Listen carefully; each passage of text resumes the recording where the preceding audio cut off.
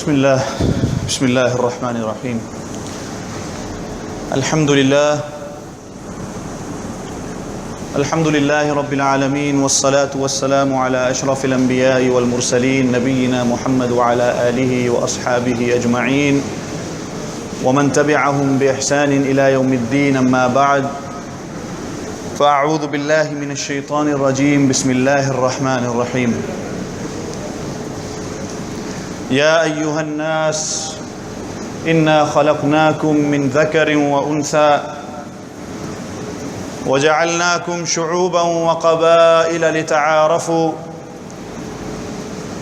إن أكرمكم عند الله أتقاكم إن الله عليم خبير. قال النبي صلى الله عليه وسلم: من بطع به عمله لم يسرع نسبه. وقال: إن الله لا ينظر إلى صوركم ولا إلى أجسامكم ولكن الله ينظر إلى قلوبكم وأعمالكم، أو كما قال عليه الصلاة والسلام. ایک مرتبہ سارے ساتھی ذوق اور شوق کے ساتھ درود شریف پڑھ لیں. اللہم صلی علی سیدنا مولانا محمد وبارک وسلم وصلی علیہ. اور اگر ساتھی آگے آ جائیں گے مہربانی کر کے تو بڑا اچھا ہو جائے گا، بعد میں آنے والوں کو تکلیف نہ ہو. جو بڑی عمر کے ہیں اگر ٹیک لگانا چاہتے ہیں کوئی بات نہیں، باقی آگے آ جائیں.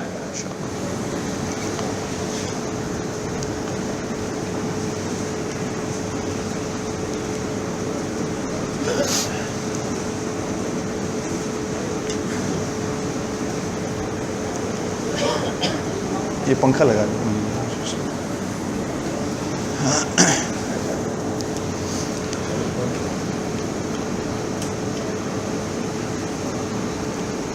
اس دنیا میں بڑے بڑے انقلاب آئے.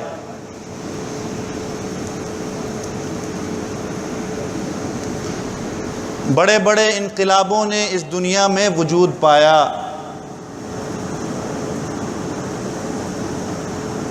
زبردست قسم کے انقلاب آئے جس نے دنیا کو ادھر سے ادھر کر دیا.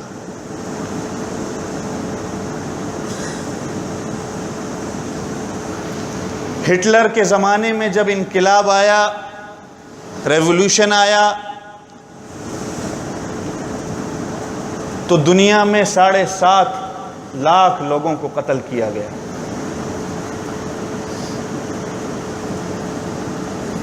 میسولینی کے زمانے میں جب انقلاب آیا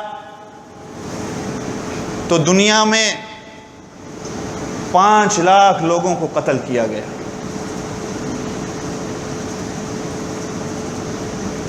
امریکہ کے پریزیڈنٹ ابراہیم لنکن،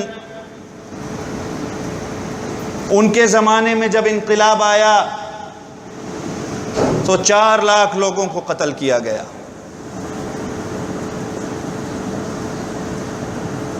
کمیونزم کا جب انقلاب آیا، کمیونزم کا دور آیا رشیا میں، چائنا میں، 70 لاکھ لوگوں کو گھر سے بے گھر کیا گیا.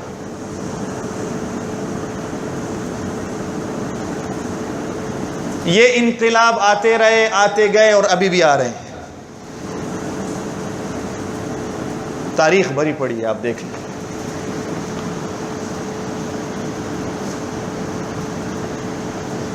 اور ایک انقلاب مکہ اور مدینہ سے بھی آیا، اور وہ انقلاب لانے والے کون تھے؟ میرے اور آپ سب کے آقا حضرت محمد رسول اللہ، سب کہہ دیں صلی اللہ علیہ وسلم.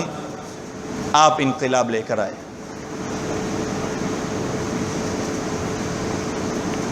یہ دنیا کے جتنے انقلاب آئے، خواہ ہٹلر لے کے آیا ہو یا کوئی اور لے کے آیا ہو،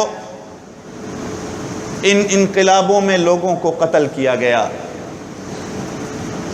لوگوں کی جانوں سے کھیلا گیا، مار دھاڑ ہوئی، جنگیں ہوئیں.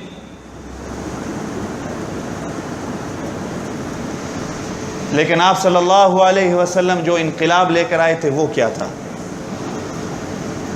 نبی کریم صلی اللہ علیہ وسلم کا انقلاب کیا تھا؟ میرے بھائیوں، آپ صلی اللہ علیہ وسلم کا انقلاب تھا کہ لوگوں کو جوڑیں. جو تم سے توڑتا ہے ان سے جوڑیں.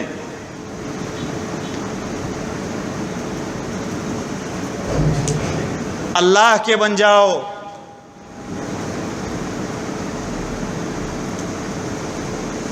یہ میرے نبی صلی اللہ علیہ وسلم کا انقلاب تھا. جن لوگوں کے لیے قتل کرنا ایک عام بات تھی، تاریخ کی کتابیں آپ پڑھیں، جن کے لیے مذاق تھا قتل کرنا. اگر عرب کے کسی قبیلے کے جانور نے پہلے پانی پی لیا، دوسرے نے پانی بعد میں پی لیا، اس بات پر جنگ ہو گئی، اور یہ جنگیں صدیوں تک چلتی.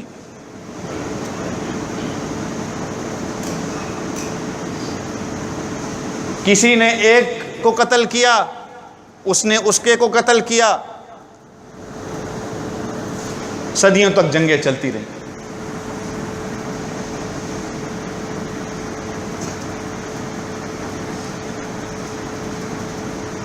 جن لوگوں کے لیے کھیل تماشا تھا قتل کرنا، اور جن لوگوں کے لیے مذاق تھا بچی پیدا ہو جائے تو اس کو زمین میں دفن کر دو،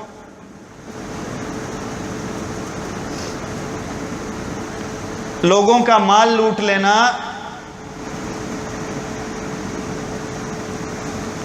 لوگوں کے گھروں کو برباد کرنا، لڑائی جھگڑے کرنا، یہ سب ان کے لیے ایک عام بات تھی. عرب کے لوگوں کی میں بات کر رہا ہوں. لیکن جب آپ صلی اللہ علیہ وسلم انقلاب لے کر آئے تو ان کی زندگیاں بدل گئیں.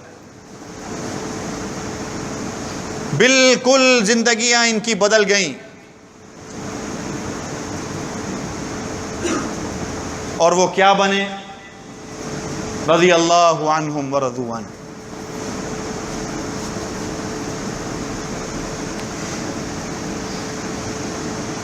جو خود تو ٹھیک نہیں تھے شروع میں، لیکن جب آپ صلی اللہ علیہ وسلم کی نظر پڑی، آپ صلی اللہ علیہ وسلم سے محبت ہوئی، آپ صلی اللہ علیہ وسلم کی صحبت میں بیٹھے، اللہ نے دلوں کو بدل دیا.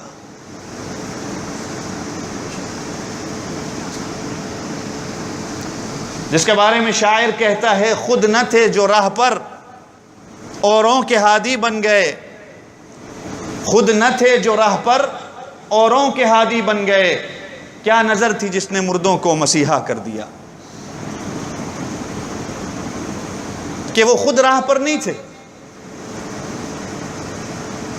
جن کے لیے قتل کرنا، بچیوں کو زندہ زمین میں دفن کر دینا ایک عام بات تھی، وہ راہ پر نہیں تھے.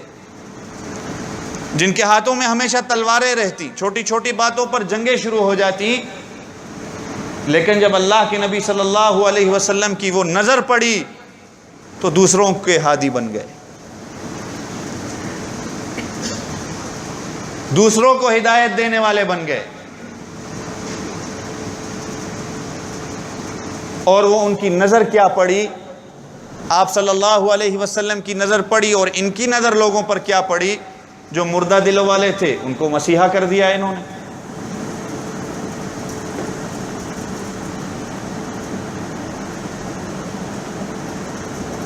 جو قتل بھی کر دیتے تھے ان کے لیے معاف کرنا نہیں ہوتا تھا،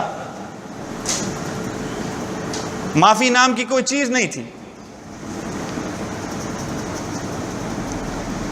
لیکن اب جب اللہ کے نبی صلی اللہ علیہ وسلم کی صحبت میں آ گئے، آپ صلی اللہ علیہ وسلم کی تعلیمات حاصل کر لی، آپ صلی اللہ علیہ وسلم سے ایسی محبت ہو گئی، اب کسی کو تکلیف بھی نہیں دیتے. وہ جو چھوٹی چھوٹی باتوں پر قتل کرتے تھے،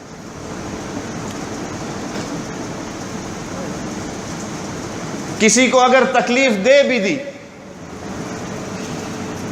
تو جب تک وہ بندہ معاف نہیں کرتا وہ چین سے نہیں بیٹھتے تھے.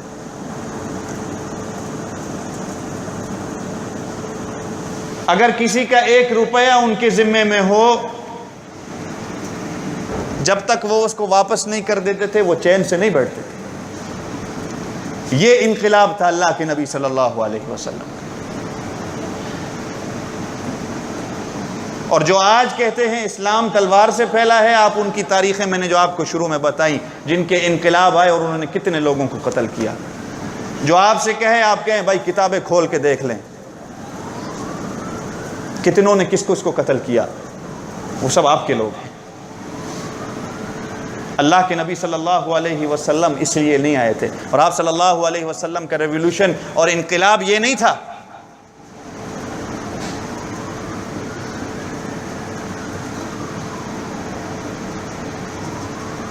جن کے لیے میں نے کہا لوٹ مار کرنا آسان تھی، گھروں کو لوٹ لیتے. اب جب اللہ کے نبی صلی اللہ علیہ وسلم کی صحبت میں بیٹھ گئے، کسی کا 1 روپیہ بھی ان کے سر پر ہو، جب تک واپس نہیں کرتے وہ چین سے نہیں بیٹھتے. مصنف ابن ابی دنیا ایک حدیث کی کتاب ہے.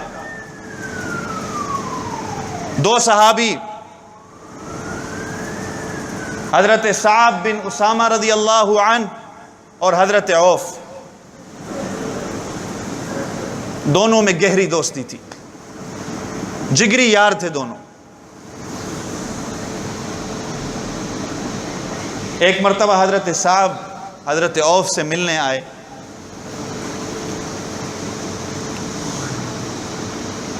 اور کہنے لگے کہ عوف آؤ ہم دونوں مل کر ایک دعا کرتے ہیں.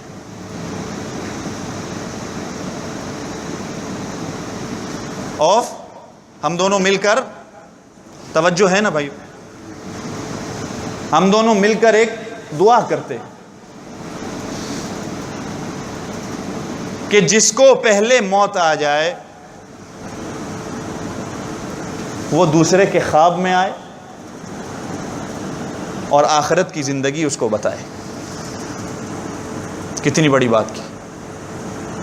ہم میں سے کوئی ایسا کہہ سکتا ہے؟ اور جس کو پہلے موت آ جائے، جس کے مقدر میں اللہ نے پہلے موت لکھی ہو، جب وہ مر جائے تو دوسرے کے خواب میں آ کر آخرت کے حال بیان کرے. وہ اس لیے تاکہ دوسرے کے لیے دین پر چلنا آسان ہو جائے. میرے بھائیوں، یہ دوستی ہوتی ہے جو آپ کی زندگی کا خیر خواہ ہو اور جو آپ کی آخرت کا بھی خیر خواہ ہو، وہ حقیقت میں دوست ہوتا ہے. ہم سب کے کئی دوست ہیں، لیکن جو دوست آپ کو غلط کام کرنے سے نہ روکے وہ آپ کا دوست نہیں. یاد رکھنا، جس بندے نے آپ کو برے کاموں سے روک لیا، جہنم سے روکا، وہ آپ کا دوست ہوتا ہے.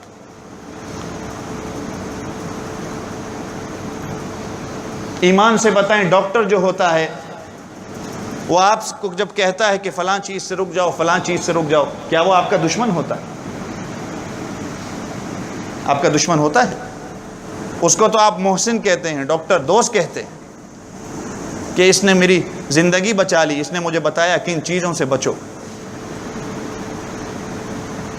اسی طرح عالم، آپ کا امام، وہ بھی آپ کا محسن ہوتا ہے، آپ کا دوست ہوتا ہے، آپ کا خیر خواہ ہوتا ہے. لیکن جو بات میں آپ کے ساتھ کر رہا ہوں، سب سے پہلے میں اپنے آپ کو کہہ رہا ہوں اور پھر میں آپ لوگوں سے کہتا ہوں. عالم کا کام تنقید نہیں ہوتا، امام کا کام تنقید کرنا نہیں ہوتا، وہ آپ کا خیر خواہ ہوتا ہے. تبلیغی جماعت والوں کا کام تنقید نہیں ہوتا، وہ بھی آپ کے خیر خواہ ہوتے ہیں. کنتم خیر امت اخرجت للناس تأمرون بالمعروف وتنہون عن المنکر. یہ امت بہترین امت کیوں ہے؟ اس لیے کہ آپ کو وہ اچھے کاموں کا حکم دیتے ہیں اور برائیوں سے روکتے ہیں.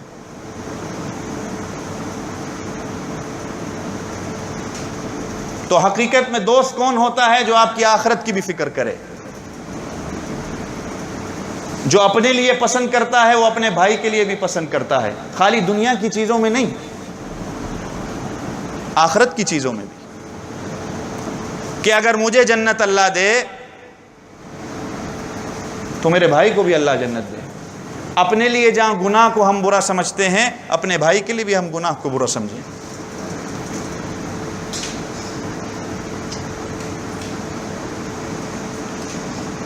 تو حضرت صاحب نے کیا کہا؟ عوف، جس کو پہلے موت آ جائے وہ دوسرے کے خواب میں آ کر آخرت کے حال بیان کرے۔ حضرت عوف نے فرمایا صاحب ایسا کبھی ممکن ہو سکتا ہے؟ ہم دعا کریں اور پوری ہو جائے، اور دعا بھی ایسی، یہ کیسے پوری ہو سکتی؟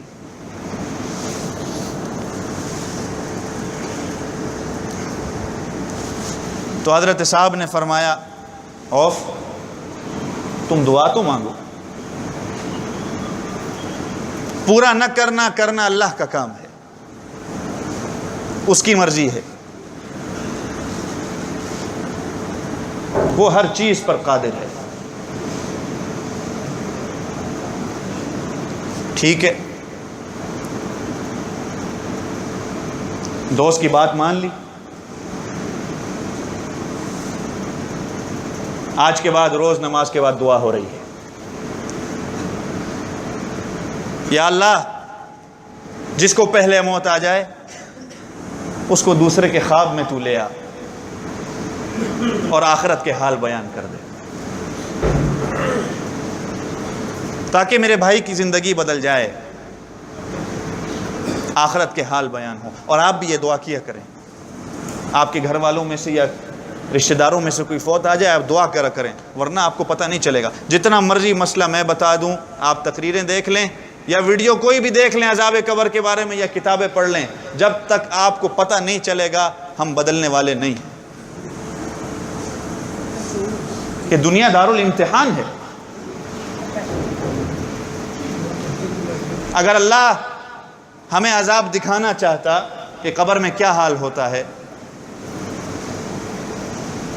تو پھر تو ہم سارے ایک دم بدل جاتے نا، پھر تو دنیا بنانے کا کوئی فائدہ نہ ہوا۔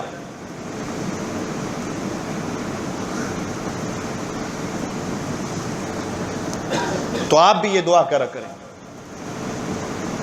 خوش قسمت ہیں وہ لوگ جن کو دوسرے لوگ خواب میں مل جائیں جو فوت ہو گئے ہیں اور آخرت کا حال بتا دیں،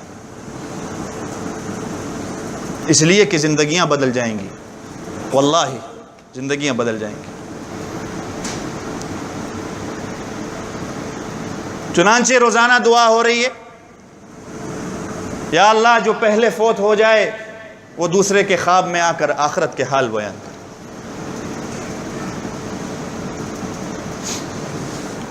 اللہ کی شان دیکھیں، جو دعا لینے آئے تھے حضرت صعب بن اسامہ، ان کی وفات ہو گئی۔ کیا اللہ کی شان ہے! حضرت صاحب کی وفات ہو گئی۔ حضرت عوف نے دوست کو یاد کیا، روئے، روتے روتے رات کو جب نیند آ گئی، جب سو گئے تو اللہ پاک نے اپنے دوست کو خواب میں ملا دیا۔ سبحان اللہ۔ اس لیے حضرت صاحب نے کہا کہ دعا کر کے تو دیکھ، کرنے والا اللہ کی ذات ہے۔ ہم کہتے ہیں اللہ ہماری سنتا نہیں، ہم مانگ کے تو دیکھیں۔ جب ہم نے مانگا ہی نہیں، جب ہم نے محنت کی ہی نہیں، حضرت صاحب خواب میں مل گئے۔ حضرت عوف نے پوچھا میرے بھائی کیا حال ہوا؟ میرے بھائی کیا حال ہوا؟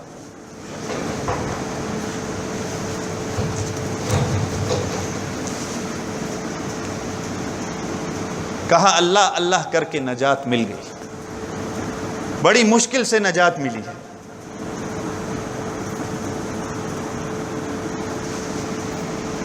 مصنف ابن ابی دنیا کی یہ حدیث ہے۔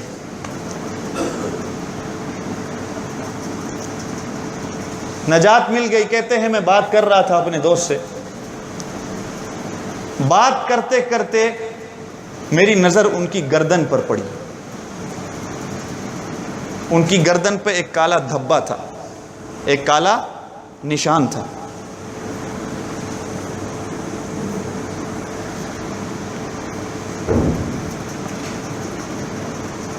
تو کہا کہ میں نے دنیا میں تو یہ نشان نہیں دیکھا تھا۔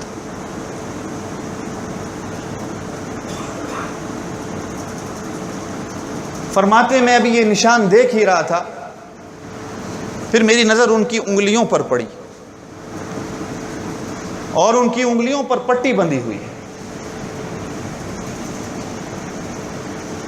اور پٹی کو دیکھ کر ایسا لگ رہا ہے کہ انگلیوں پر بہت ہی زیادہ زخم ہے۔ میری بات توجہ سے سنیں۔ پوچھا صاحب دنیا کے اندر یہ میں نے نہیں دیکھا تھا، یہ کیا ہے؟ حضرت صاحب فرماتے ہیں میری داستان سنو۔ ایک یہودی سے میں نے 10 دینار قرضے پر لیے، 10 دینار 10 گولڈ کوئنز میں نے اس سے قرضہ لیا۔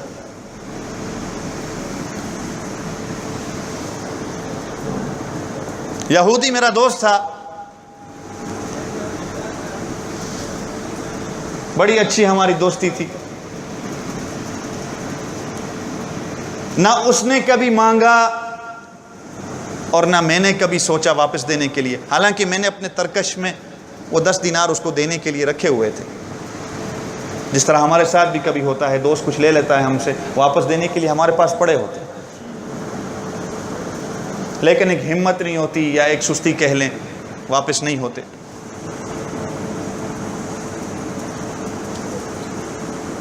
تو مجھے 10 دینار جو اس نے قرضہ دیا، میں نے اس کو اپنے ترکش میں رکھا ہوا تھا واپس دینے کے لیے، لیکن اس یہودی سے دوستی ایسی تھی، نہ اس نے کبھی مانگا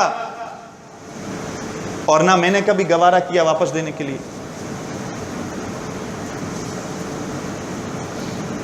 جب میں اللہ کے سامنے آیا، اللہ نے کہا کہ ایک یہودی کا قرض تم پر ہے، کسی مسلمان کا نہیں، ایک یہودی کا قرض تم پر ہے، تم نے ادا نہیں کیا۔ میں کسی اور کی بات نہیں کر رہا، صحابی رسول کی بات کر رہا ہوں۔ فکر کرنے والی بات ہے، تم نے اس کو قرضہ واپس نہیں کیا۔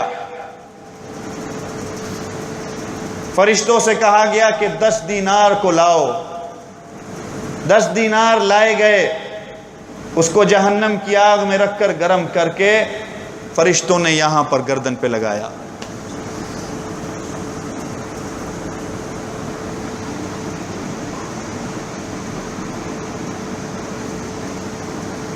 اور پھر کہ صاحب یہ انگلیوں پہ کیا ہوا؟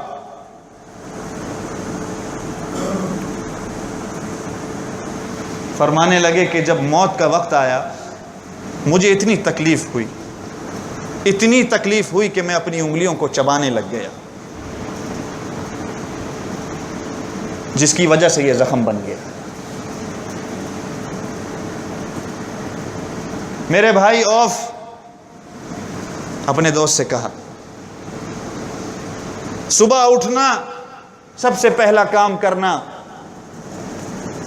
میرے گھر جا کر اس ترکش کو کھولنا جس میں یہ 10 دینار پڑے ہوئے ہیں، جا کر اس یہودی کو واپس کرنا۔ حضرت عوف صبح اٹھے، گھر گئے، ترکش کو کھولا، برابر 10 دینار تھے اندر۔ خوش ہوئے، 10 دینار لیے اور جا کر اس یہودی کو قرضہ ادا کر دیا۔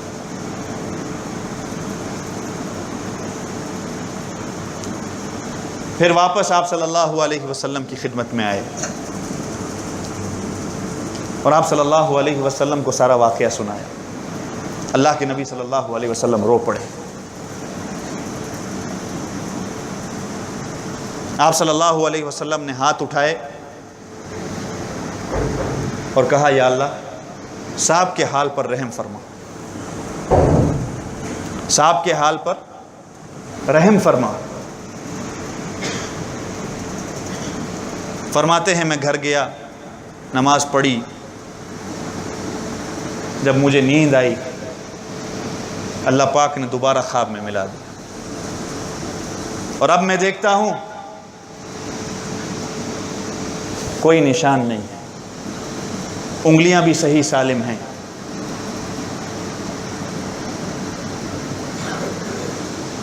اور کہا اللہ تجھے لمبی زندگی دے، اللہ تیری آخرت کو اچھی کرے، تو نے مجھ سے یہ عذاب دور کر دی۔ یہ دوستی ہے میرے بھائیوں۔ مقصد کیا تھا اللہ کے نبی صلی اللہ علیہ وسلم کا؟ وہ جو انقلاب آیا، اللہ کے نبی نے ان کی زندگیاں بدل دی۔ اللہ کے نبی صلی اللہ علیہ وسلم نے ان کو اللہ کے ساتھ لگایا۔ 1 روپیہ بھی اگر کسی کے ذمے میں ہوتا، جب تک میں نے کہا وہ واپس نہ کر دیتا چین سے نہیں بیٹھتا۔ آج یہ بات سوچنے کی ہے۔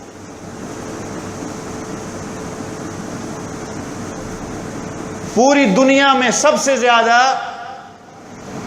یہ بیماری ہمارے ملک میں پائی جاتی ہے، اور میں 10 دیناروں کی یا $10 کی بات نہیں کر رہا ہوں، آپ حضرات سب جانتے ہیں وہ کون سی بیماری ہے۔ کسی کے بھائی نے کسی کی جائیداد پر قبضہ کر لیا، کسی کی زمین کو لے لیا، 10 دینار کے بدلے اللہ کے نبی نے جب صحابی رسول کو یہ سزا دی تو میں اور آپ کون ہوتے ہیں؟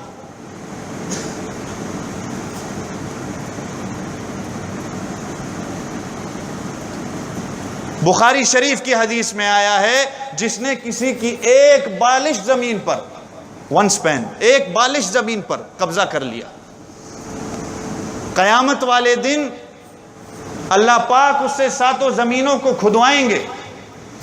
کھدوانے کے بعد کہا جائے گا یہ جو زمینیں کھودی ہیں اس کا ہار بناؤ، اس کا ہار بنایا جائے گا، اور وہ ٹن و من والا ہار اس شخص کو پہنایا جائے گا۔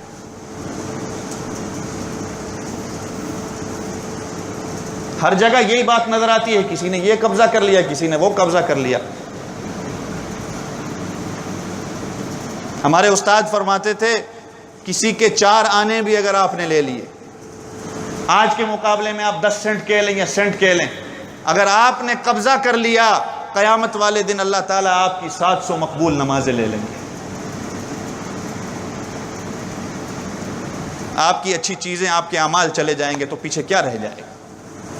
ہم جو پڑھتے ہیں پتہ نہیں وہ بھی قبول ہوتی ہے کہ نہیں۔ 700 مقبول نمازیں اللہ لے لے گا۔ کتنی سخت وعیدیں ہمارے دین نے بتائیں، ہماری شریعت نے رکھی۔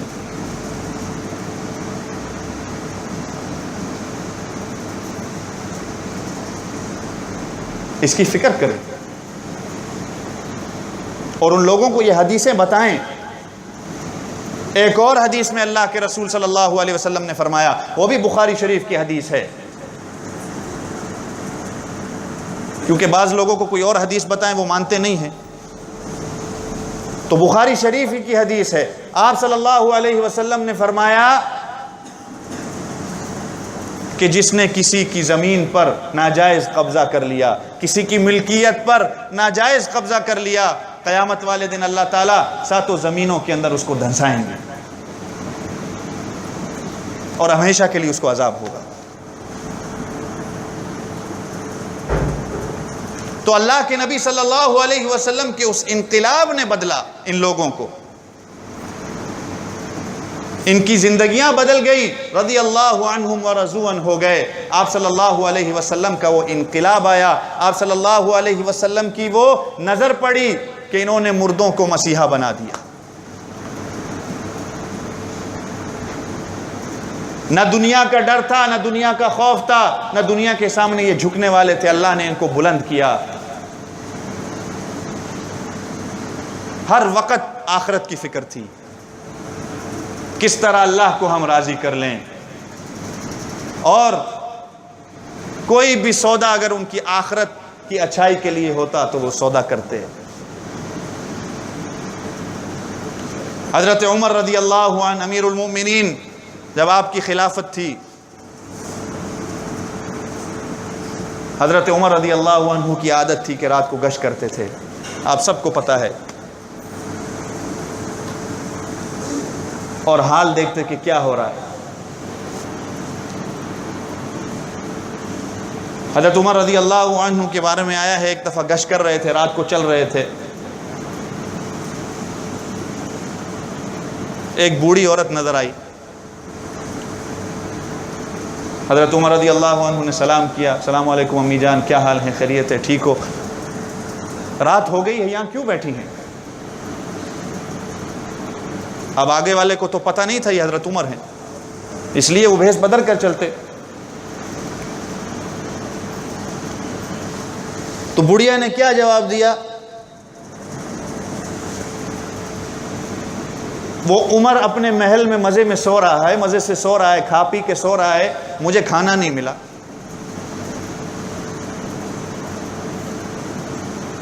اور اللہ عمر کو قیامت والے دن پوچھے گا کہ اس نے میری فکر نہیں کی. حضرت عمر رضی اللہ عنہ گھبرا گئے. کہا امی جان، اتنی بڑی رعایا، اتنی بڑی حکومت، کتنے لوگ یہاں رہتے ہیں، ایک آپ کی فکر حضرت عمر کو کیسے ہوگی؟ ہاں اگر آپ حضرت عمر کے پاس جاتی، ان سے کچھ مانگتی، وہ نہ دیتے، تب آپ یہ کہہ سکتی تھی. آپ تو عمر سے ملی ہی نہیں، نہ عمر نے آپ کو گھر سے دھکے مار کے باہر نکالا، تو آپ ایسا کیوں کہتی ہیں؟ بڑھیا نے کہا میں کچھ نہیں جانتی. اس عمر کو تو اللہ قیامت والے دن پوچھے گا. حضرت عمر رضی اللہ عنہ کہتے ہیں کہ میں نے اس بوڑھی سے کہا کہ حضرت عمر کو معاف کر دیں، کوئی بات نہیں، غلطیاں سب سے ہوتی ہیں. حضرت عمر سے کہا تو کون ہے؟ تجھے عمر کی بڑی فکر ہے.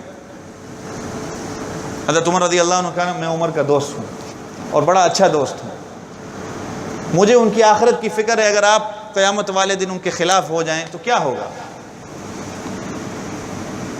بڑھیا نے کہا میں نہیں معاف کرتی، تو یہاں سے چلتا بن، تو جا یہاں سے. عمر کی دوستی کی فکر ہے تو جا اس کے گھر جا اور اس کو کہہ کہ کھانا بھیجے، میری فکر کرے.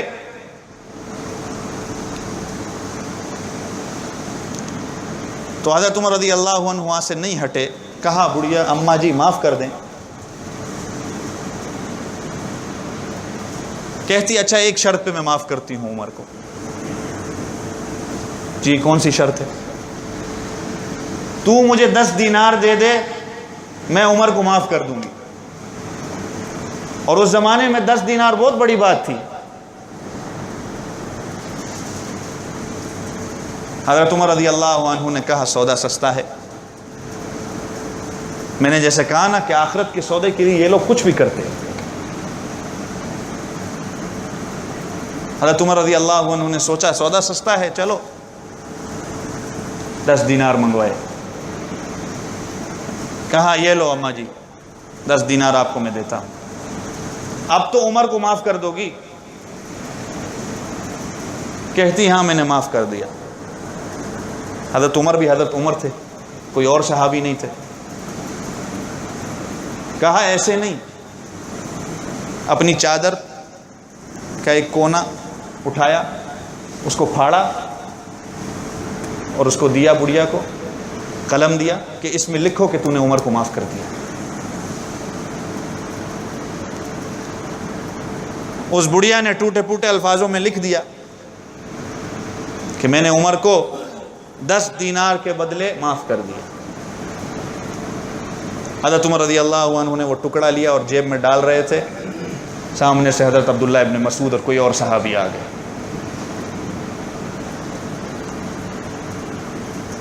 اب جب وہ قریب سے گزرے تو حضرت عبداللہ ابن مسعود رضی اللہ عنہ نے فرمایا السلام علیکم یا امیر المؤمنین، حضرت عمر آپ پر سلامتی ہو۔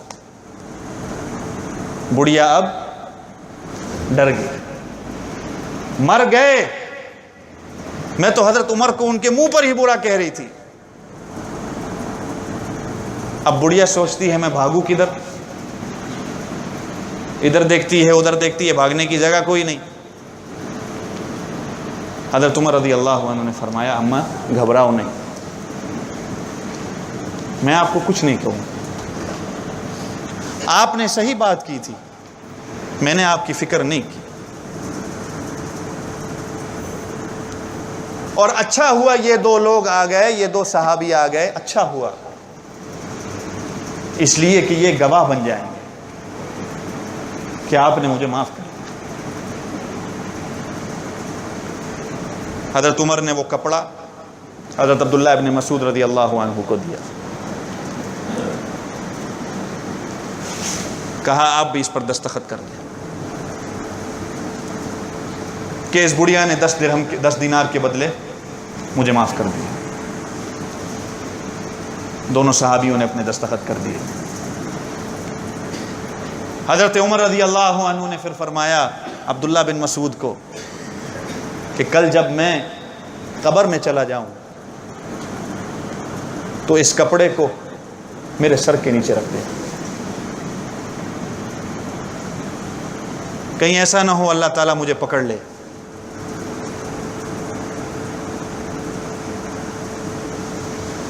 اس کو میرے سر کے نیچے رکھ دیں۔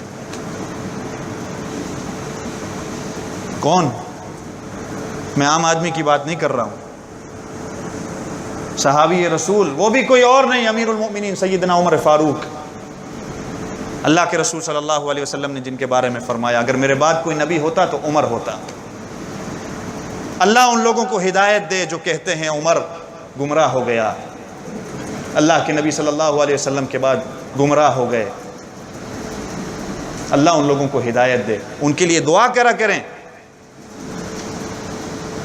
جن کو اپنی آخرت کی اتنی فکر تھی، دنیا کی فکر ان کو نہیں تھی، امت کی فکر تھی۔ کیا وہ لوگ خلافتوں کے لیے لڑیں گے؟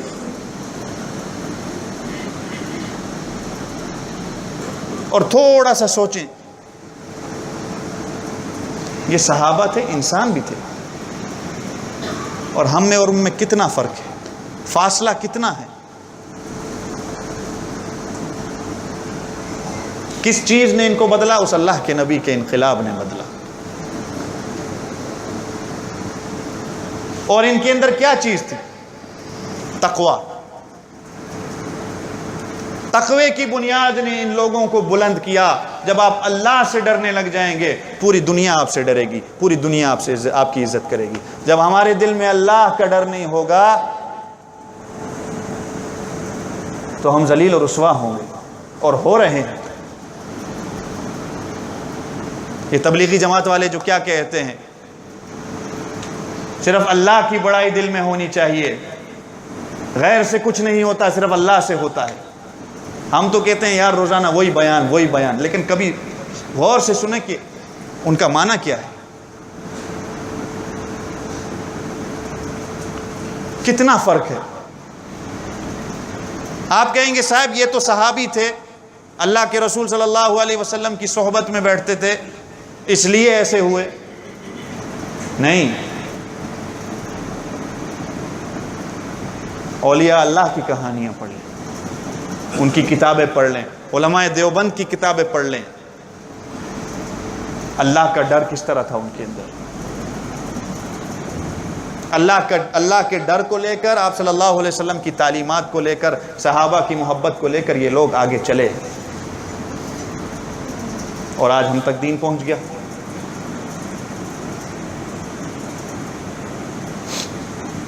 تو کیا چیز تھی ان کے اندر؟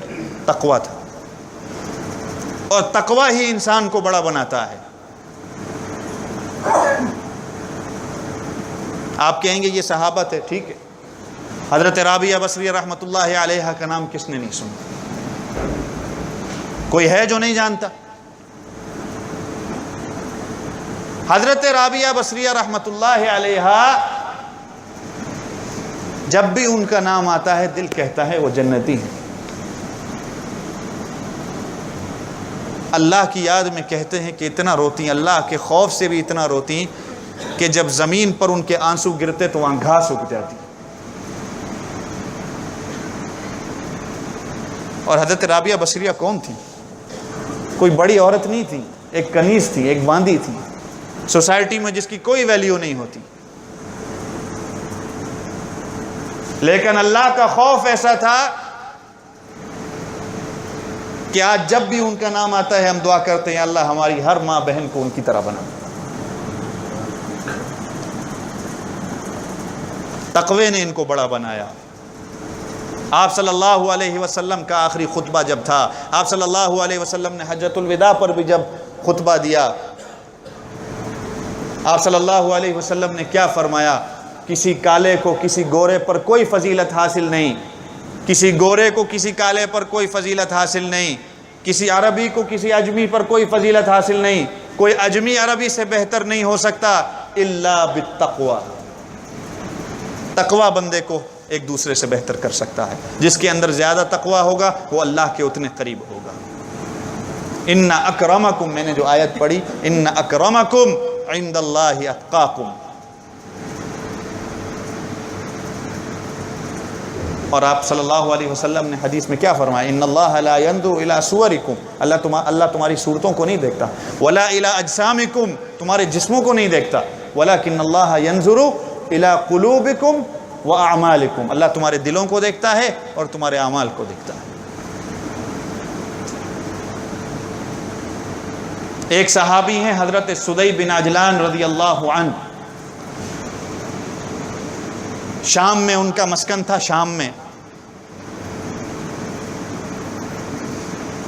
یہ بات کی بات ہے، دو تابعی ان کو ملنے گئے. تابعی کے نام مجھے یاد نہیں. دو تابعی ان کو ملنے گئے شام میں.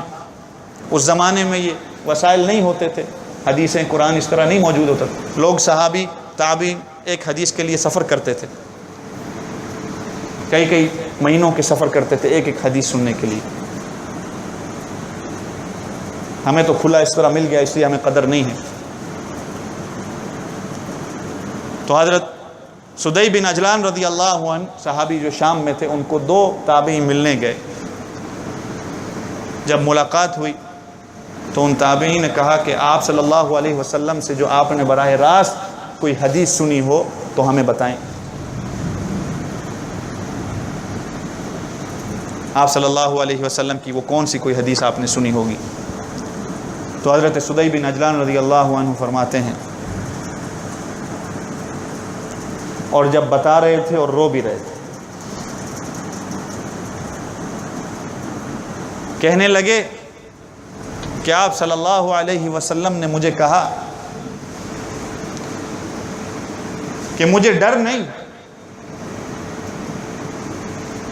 کہ میری امت نماز کو چھوڑ کر اپنے ایمان کو کھو دے گی. مجھے اس بات کا بھی ڈر نہیں کہ میری امت زکوٰۃ کو چھوڑ کر، حج کو چھوڑ کر، روزے کو چھوڑ کر اپنے ایمان کو کھو دے گی. مجھے اس بات کا ڈر ہے کہ میری امت گروپ بندی، فرقہ واریت، الگ الگ قوم اور قبیلے میں بٹ کر اپنے ایمان کو کھو دے گی. یہ جو آیت میں نے پڑھی، شروع میں اللہ کیا کہتے ہیں؟ انا خلقناکم من ذکر و انثی وجعلناکم شعوبا وقبائل لتعارفوا. اللہ نے مرد پیدا کیے، عورت پیدا کیے، وقبائل لتعارفوا. قبیلوں میں تمہیں اللہ نے کیوں الگ الگ قبیلوں میں پیدا کیا؟ لتعارفوا، تاکہ ایک دوسرے کے ساتھ پہچان حاصل ہو. یہ نہیں کہ یہ بہتر ہے اور میں بہتر ہوں. بہتر وہ ہے جس کے اندر کیا ہے؟ زور سے بولیں، جس کے اندر تقوی ہے. تو حضرت سدی بن عجلان رضی اللہ عنہ نے جب یہ حدیث سنائی اور فرمایا کہ آپ صلی اللہ علیہ وسلم نے جب مجھے یہ کہا اور کہا کہ یہ میں تیری ذمہ داری میں تجھے یہ میں حدیث سونپتا ہوں، تجھے میں یہ حدیث سنا رہا ہوں، آگے تیرا کام ہے تو نے لوگوں کو بتانا ہے۔ حضرت سدی بن اجلان رضی اللہ عنہ نے یہ تابعی کو جب یہ حدیث سنائی، ان دو تابعین کو، اور کہا آپ کا کام ہے اب یہ لوگوں کو بتانا ہے۔ اسی طرح آج جو میں نے آپ کو یہ حدیث بتائی ہے، اب آپ کا کام ہے آپ نے لوگوں کو بتانا ہے۔ بلغوا عنی ولو آیا، چھوٹی سی آپ کے پاس بھی بات آ جائے آپ اس کو پہنچائیں اور یہ حدیث لوگوں تک لے کر جائیں۔ اس لیے امت میں جو آج کچھ جو بھی ہو رہا ہے اس کی وجہ یہی ہے۔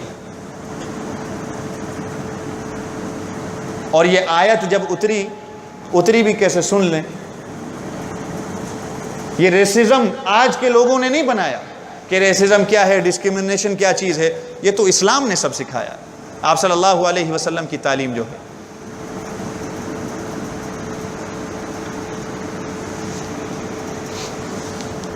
جب مکہ فتح ہوا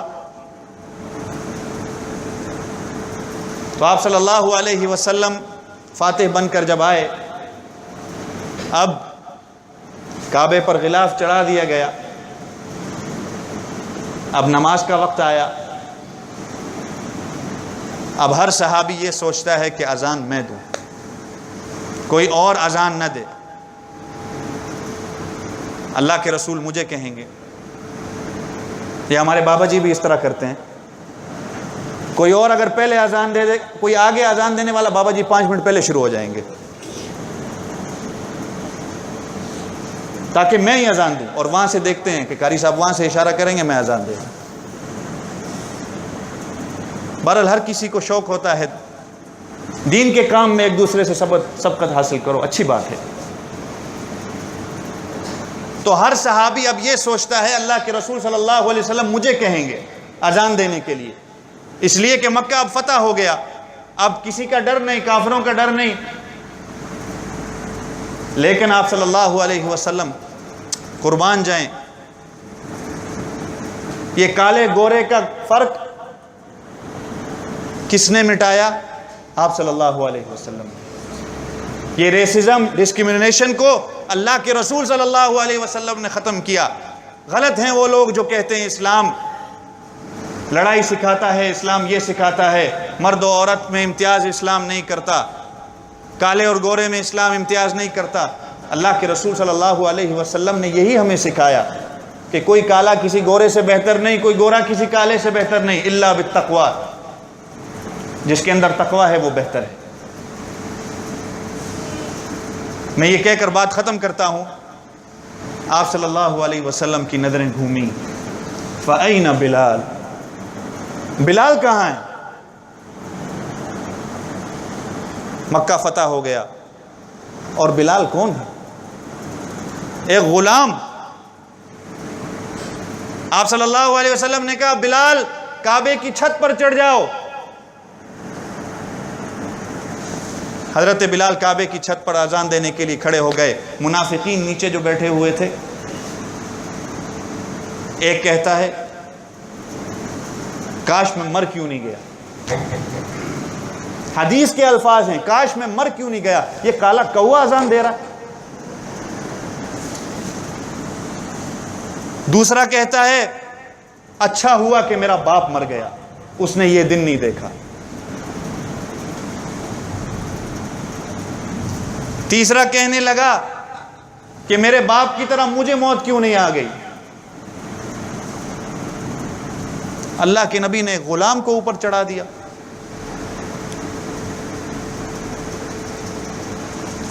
چوتھا منافق کہنے لگا کہ مجھے کہنا تو بہت کچھ ہے، لیکن مجھے ڈر ہے کہ جبریل وحی لے کر آ کر اللہ کے رسول صلی اللہ علیہ وسلم کو بتا دے۔ اور وہی ہوا، آپ صلی اللہ علیہ وسلم کو وحی آ گئی، اور یہی آیت اتری جس کی میں نے تلاوت کی، اِنَّا خَلَقْنَاكُم مِّن ذَكَرٍ وَأُنثَىٰ وَجَعَلْنَاكُمْ شُعُوبًا وَقَبَائِلَ لِتَعَارَفُوا إِنَّ أَكْرَمَكُمْ عِندَ اللَّهِ أَتْقَاكُمْ إِنَّ اللَّهَ عَلِيمٌ خَبِيرٌ۔ اللہ کے رسول صلی اللہ علیہ وسلم نے کالے گورے کا فرق مٹا دیا۔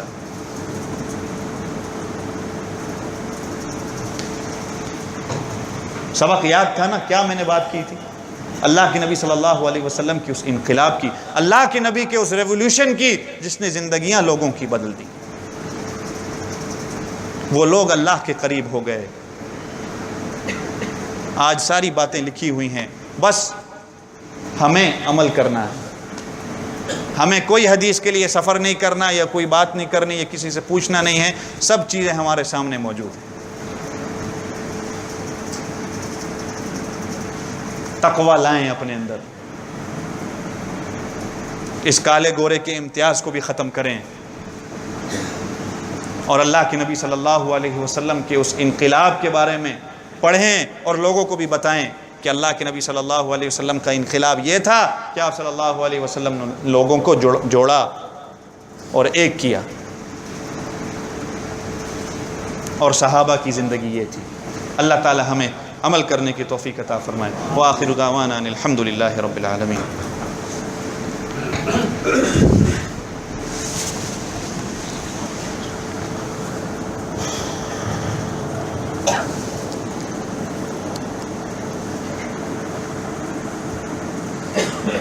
اللہ اکبر، اللہ اکبر، اللہ اکبر، اللہ اکبر۔ اشہد ان لا الہ الا اللہ،